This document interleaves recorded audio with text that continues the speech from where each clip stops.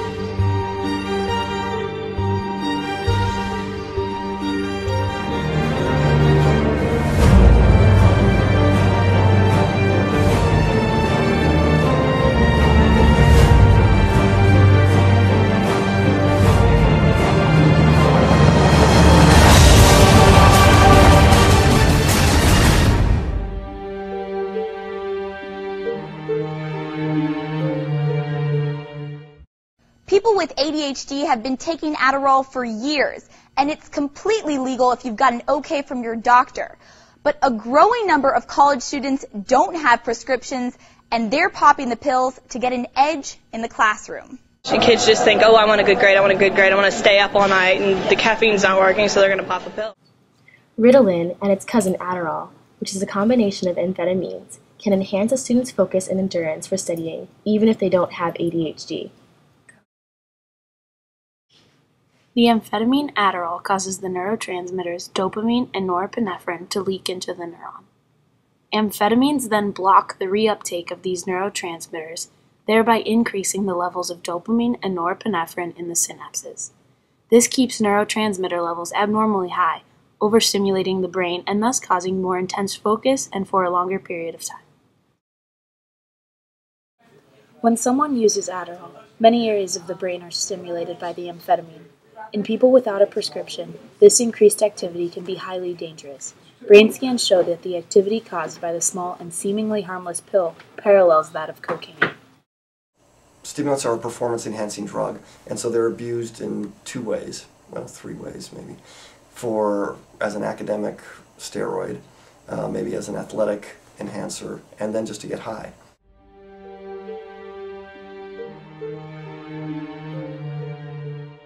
It increases both, so it can help with attention, concentration, level of alertness, ability to stay awake.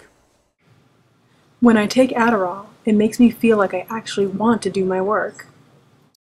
When I'm on it, I'm not thinking of 7 other things, I'm focusing on what I'm doing.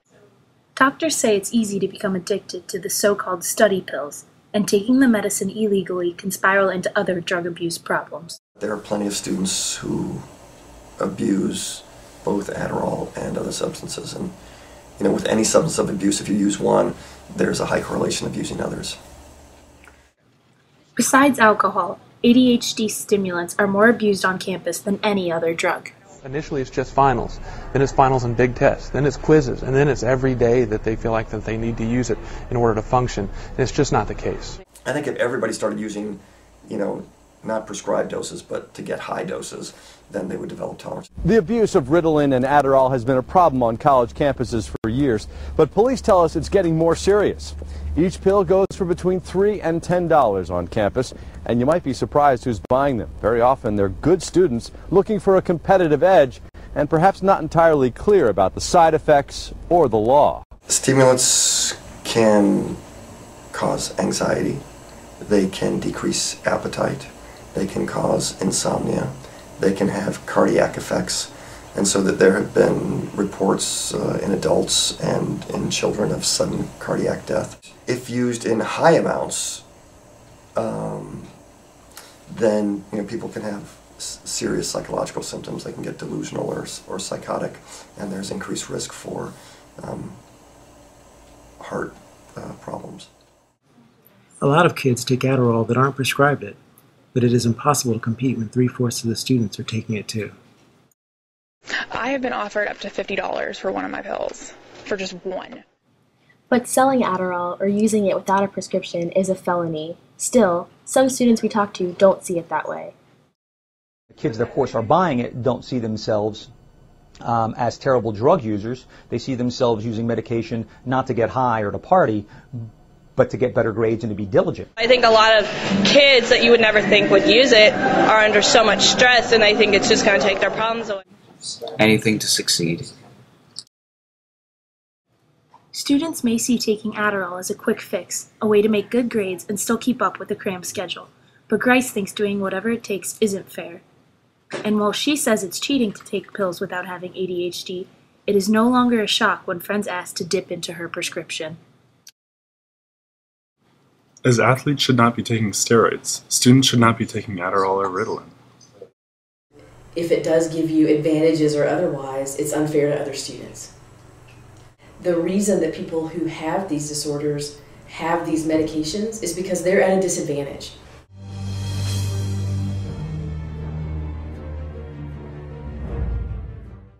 I see students every other week who come in with requests to be evaluated for ADD. There may be a little bit more during midterms and finals.